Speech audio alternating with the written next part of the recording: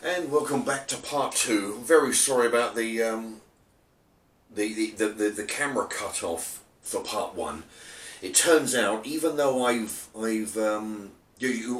it does, this new camera of mine, it films 3, 5 or 10 minute increments, and what it'll do, it'll film for that long, then it'll stop and restart a brand new clip, new film, and then film for 3, 5 or 10 minutes, stop and refilm a new one, and it'll do it seamlessly. It'll just, well, not seamlessly, but it'll just constantly do that. The clock will start from 0 again because it's starting a new film. So even though I've turned that off, it turns out I can only do 23-minute videos. So I'll try and do a bunch more, and then if it gets to 23, I'll just have to stop it and do another part. Okay then, anyway, so that last one in part one was One King and the, support football team, rugby club, rugby team. No, I don't. I've never been a fan of football or rugby, and just a little personal rant of my own. I especially don't follow rugby, not purely for this reason, but mainly because I'm just not interested in it. But I don't like when we have a thing in this country with the newspapers where they insist, they do it with the footballers as well, they insist on calling these people heroes. Rugby hero because they won a game, right? A football hero because he scored a goal. They're not heroes, it's just a big tagline they put on newspapers to sell their wares, Footballers, rugby players, and whoever the hell else, tennis players, golfers, they're not heroes, okay? They might be good at what they do, they might be popular, they might be great, they might be decent citizens, they're not heroes. Heroes are those people who run into burning buildings, right? Heroes are the ones who run toward a bank robbery to fix the problem, right? While everybody's running out of a smoking building, while everybody's running away from the terrorists who are driving into crowds, the heroes are the ones who are running toward this, okay? They're the ones who are, you know what I mean? I don't know if do I make any sense now? It's the people who run toward danger, not people who play football for a boatload of money. Basically, I'm not saying they've got an easy life. They work hard for them, for their footballing money. They get paid a lot. They're not heroes. Okay, so anyway, that's my rant. So that hopefully will answer One King's question about football and rugby. So anyway. Okay, Dan, one of my regular writers. Let's see, Dan. He says this is a good idea for a video, and he'll put up. He's got a few questions for me. Let's see. What kind of music do you like? Well, I like the 80s and I like the 90s. I don't like the crap they're churning out now. I don't like fairy boy bands. I don't like listening to music where they've advertised in papers to get a band together. Okay, they did that with Take That, they did that with the Spice Girls, and anybody else that looks like them. I prefer the real music, okay? The people who play in the band are the people who write the music. People who went to school together. After school, they go into the garage, they bang around on the drums and the guitar and the glockenspiel, but they practice after work, okay? And what they do, they put in the time. They go to the clubs, and if they're lucky, they get onto what used to be called Top of the Pops. Some of you older folks will remember Top of the Pops. And if you're lucky, you get on that. You get on telly, you get exposure, and you get in the charts, and you make some money, and you get famous. Nowadays, they just advertise in the paper. Do you fancy being in a boy band? And there's 6,000 guys all show up. And they choose the best 6 best-looking kids, or the ones with a modicum of talent in regarding a singing voice or basically, basically they want them to look good on camera, so that's about the only talent you need. So what, I'm going on a rant there. What kind of music do you like? Well, so which means I go back to the to the 80s and 90s mostly, because that's when I was growing up. I do go further back than that, sometimes to the 70s, late 70s, say Creedence Clearwater Revival, for example. That's a must-have for anybody who has an iPod, which I do now. I bought one last week, and I've got a load of music now on that. Let's see, Creedence, the Doobie Brothers, I've got Duran Duran, I've got Black Box, the Blow Monkeys, they were from the 80s, Bruce Springsteen, who else? There's some Queen on there, there's some Fleetwood Mac on there. AC/DC, yeah, they're all good. They've done a bunch of songs that have ended up in movies, all the way from, the name escapes me. That one, there's a meteor going across and it turns all the machines against the people. Emilio Estevez is in it. I can't think of the name, it'll probably come to me in a minute. All the way back from them. All the way to Iron Man, which I must admit I'm not really a big fan of Iron Man, but they play a lot of their songs in there. So yeah, pretty much everything. I even listen. I used to listen a lot to some Beethoven and Mozart, Tchaikovsky, all those classical types. I used to like listening to those. Beethoven more because he's big on the percussion drums, but more of the drumming. Anyway, but yeah, so there's a big wide range. Will you continue to create video despite the YouTube changes? Well, yeah, I've got a feeling I will, because while it would be great to be popular, the site to be popular and financially viable, that would be great. It's not the driving force. Sometimes I bring up the subject, or I'm asked about the subject of the money. That wasn't so much. I mean, great, yeah. If it can, if the site can supplement itself, say the advertisement money will pay for the things that I need to film to make the videos, to get the advertisement, to get the money in order to pay for the things to make the videos. If I can do that as a circle, then great. But it's not the driving force. For me, it was the money aspect. Like I've mentioned before, that the money is very, very low for the advertisement. It's more quantity. You need thousands and thousands of clicks to make any kind of decent money. But for me, any small amount that I used to get, which is a small amount, of course, was just a validation for me to say it was basically enough people like my site to want to watch my site, to watch the videos that are put on my site, and in return I get a small few pence here and there. And so it was just basically, the few pence that came in, or the few pounds that come in, were basically to say you're doing a good job.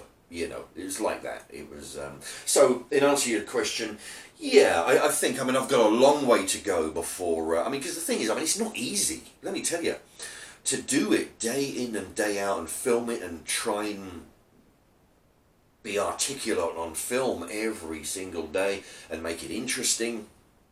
I've done, coming up to I've done about 470 videos now. And, I get people complain now and again, just assholes that write to me and, basically just to be awkward, saying how lack of imagination in my videos, and they're rubbish, right? They still watch them, but they're rubbish, and and they feel, they spend the time to write to me, but, stuff like this. So yeah, I would like to keep on making them, as long as I've got an audience out there. The money aside, the fact that people keep on subscribing, I'm about 330 something subscribers. The fact that people are subscribing and the view count is going up. I mean, my videos now, very small compared to some people, but I mean, I'm pretty pleased with them now. I can, within a couple of days, I can get over 100 clicks on a video. So people are watching my videos. People like the videos enough to come back. They like them enough to subscribe and tell their pals. And in some cases, I know that some people have been spreading the word on Facebook and Twitter. So while that happens, yes, Dan, I'll keep on making them. I mean, if everybody, if the viewage was down, to almost nothing, or no, basically, if nobody wanted to watch it, there probably wouldn't be any need for me to keep on going. But people do like it. People, write to me. Some are very nice. I mean. This particular question is from Dan. I mean, he's one of the good ones. He's been there from pretty much right from the beginning, within a few days of me starting, and I know that he subscribes to a lot of channels, and he always writes. And he's always got something good to say. So as long as if there's people like Dan, that appreciate the channel, that's the motivation for me to keep going. Okay. Will you consider reviewing fast food products as a treat, such as Kentucky, McDonald's, etc., on camera?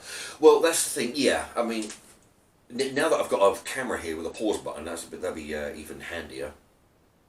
But that was where the advertisement money was going to come from. You see, I was going to use that advertisement money to actually fund things like going to McDonald's. McDonald's or Burger King, doing challenges in Burger King. I can probably talk the manager into let me film in there. Sometimes they can be awkward, but I'd go in there and do a challenge. How many chicken legs can I eat in an hour, or whatever, or even trying the new burgers, like I did with the Double Down. We have a Five Guys restaurant here in Milton Keynes, up at the city centre. I've never been in there because I'm told that they're £10 a burger. I'm paying £10 a burger, but but if I was, it'd be for things like that. The money that I'd be receiving would be for challenges like that. People have asked me, will I do a Domino's pizza review? Well, that's great, but I mean, for £20 for a pizza, I can't be doing too many of those now and again. It'd have to be for a real good treat, Anyway, so that for camera, which YouTube channel is your favourite? Well, I don't really have a favourite as such. I have a bunch of them in my subscribe list. Some of them are cookery, which I like to see what other people are doing. Some of them are very, like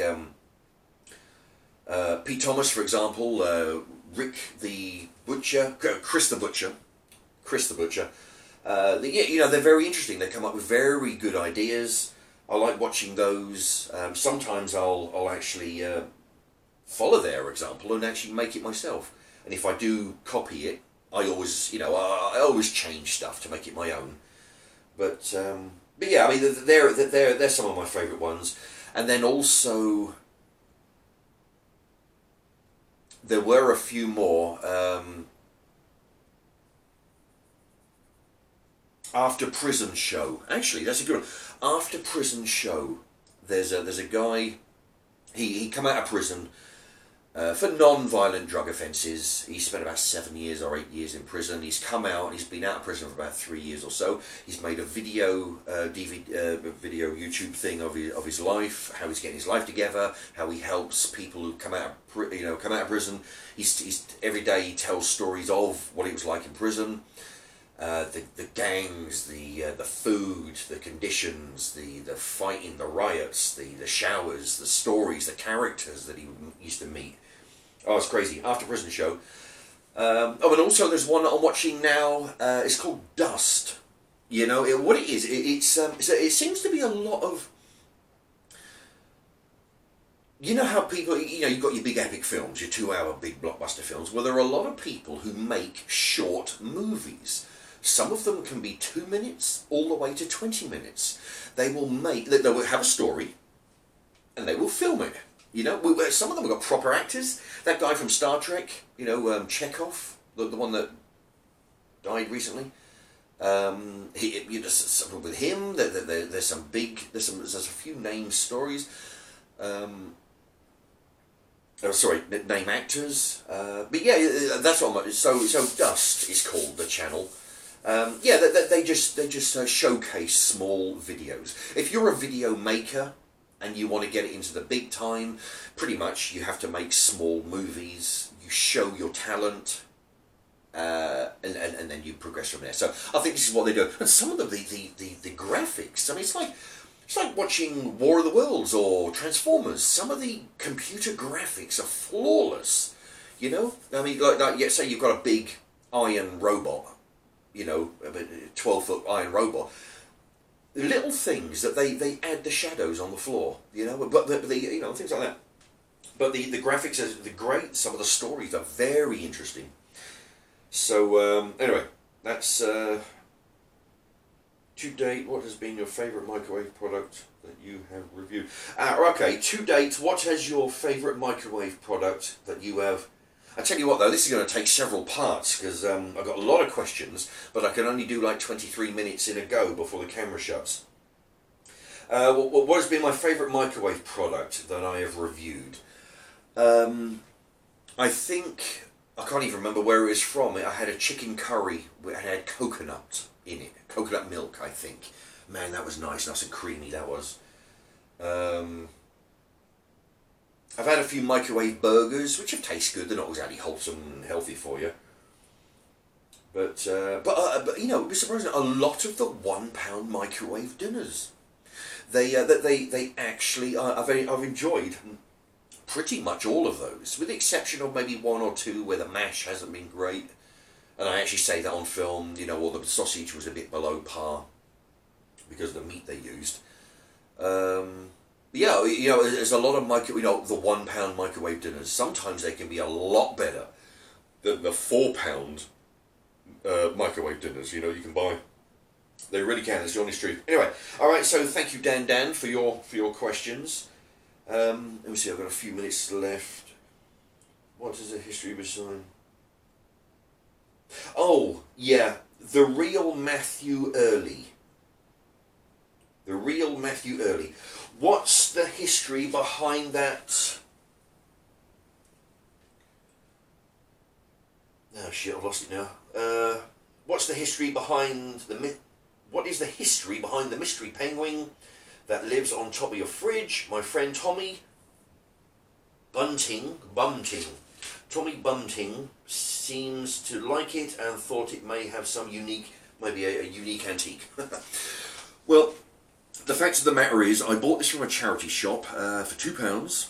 What it was when I was talking, it's actually a soft stuffed toy. Okay, what I did, I bought it specifically for a video called "When I Used to Keep Chickens," or when I had chickens, when I kept chickens, something like that. You know, Mark's Remarks, chickens. It's like a 3-parter, and there's me talking about how to feed them, how to look for their healthcare, where to acquire them, their personalities, how to look after them, keep them safe, all this kind of stuff. And what I did, I bought it from a charity shop because it's the nearest thing I could find to a chicken. And basically, it was to show you it was to demonstrate how to look for healthcare, you know, when you're chickens. So, you know, I'll be demonstrating, you look at their feet, look at their, you know, the feet are getting gunged up with mud and crud and all kinds of nastiness. You look under their, under their feathers, you know, along the back, under the wings. Look for red mite, you know, anything that's, you know, because red mite's a bit of a problem. Look at their beak. Make sure there's nothing jammed in their beak or any kind of infection. Their eyes, and basically, you know, I was using this as a model for you know, to show you what to look for: the eyes, the beak, under the feathers, you know, around the vent. Well, the vent is the arse of the chicken. Anyway, so yeah, that was basically it was just about healthcare, you know, as a visual model. Okay, so thank you, the real Matthew Early. Okay, Pete Thomas. Oh, actually, yeah, he's one I just mentioned a moment ago. He has a cookery channel. He's very good. I actually watch his channel quite a lot and get some inspiration sometimes. If I do anything he does, I always change it. But yeah, he's the one that put me on to making my own pies. Actually, he's very good. Pete Thomas. Anyway, he writes, I see from the questions below that the Q&A will be worth watching. Thank you.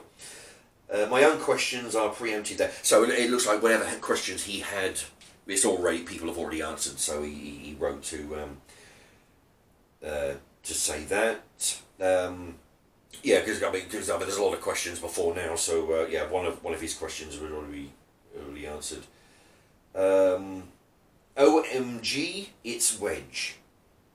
Okay, I'm looking at the time here. OMG, it's Wedge. Mark, have you thought about getting a stall so you can sit down during reviews? Well, the thing is, I've got to do this real quick.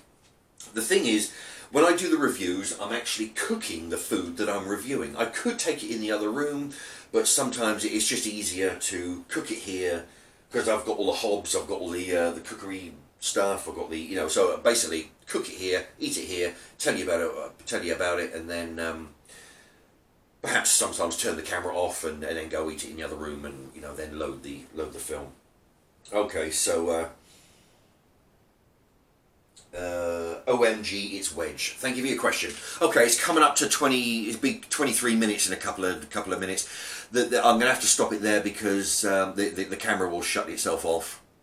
Okay, so it turns out there's going to be at least a part 3. Okay, so when I come back, I will have questions from Rory Robinson, Paulie 420, Sofa King Drunk 66, Northern Southerner Beer Reviews, Phil McCracken, Curvy Pal, Governor, and a whole bunch of others. All right, so come back in part 3. Come back in part 3. Okay. All right, see you in a few moments. All right, if I can find an off button.